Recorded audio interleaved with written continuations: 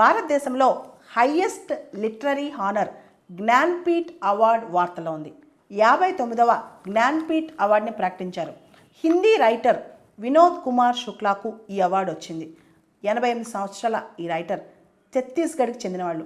మొట్టమొదటిసారిగా ఛత్తీస్గఢ్కి జ్ఞాన్పీఠ్ అవార్డు రావడం. అదేవిధంగా Vinod Kumar Shukla 12th Hindi writer to receive this award అనమాట.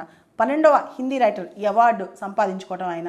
అంటే ఇప్పటి వరకు 12 మంది హిందీ రైటర్స్కు ఇంత కలిపి వినోద్ కుమార్ శుక్లాతో కలిపి జ్ఞాన్పీఠ్ అవార్డ్స్ వచ్చాయన్నమాట. మొత్తంగా మనం చూస్తే జ్ఞాన్పీఠ్ అవార్డులో క్యాష్ అవార్డు 11 లక్షలు, ఒక బ్రాంజ్ స్టాచ్యూ, సరస్వతీదేవి యొక్క బ్రాంజ్ స్టాట్యూ, వాగ్దేవి యొక్క బ్రాంజ్ స్టాట్యూ. మనకు తెలుసు Saraswati is a goddess of learning అని. ఆ తర్వాత ఒక సైటేషన్, ఇదంతా కల్పిస్తారు. జ్ఞాన్పీఠ్ సెలక్షన్ కమిటీ ఆయన పేరును సిఫార్సు చేస్తుందన్నమాట. ఛత్తీస్గఢ్ నుంచి వినోద్ కుమార్ శుక్లా మొట్టమొదటి ఆథర్. ఆయన జ్ఞాన్పీఠ్ అవార్డు సంపాదించుకోవడం ఆ రాష్ట్రం నుంచి మొట్టమొదటి ఆథర్ అనమాట. ఆయన అద్భుతమైన రచనా శైలి కానీ, సృజనాత్మకత కానీ, లేదా ఆయన యొక్క సాహిత్యం కానీ చాలా అద్భుతంగా ఉంటాయని చెప్పి వర్ణిస్తారనమాట. ఇంతకుముందే వినోద్ కుమార్ శుక్లా గారికి సాహిత్య అకాడమీ అవార్డు వచ్చింది. 1999లో ఆయనకి సాహిత్య అకాడమీ అవార్డు కూడా వచ్చింది.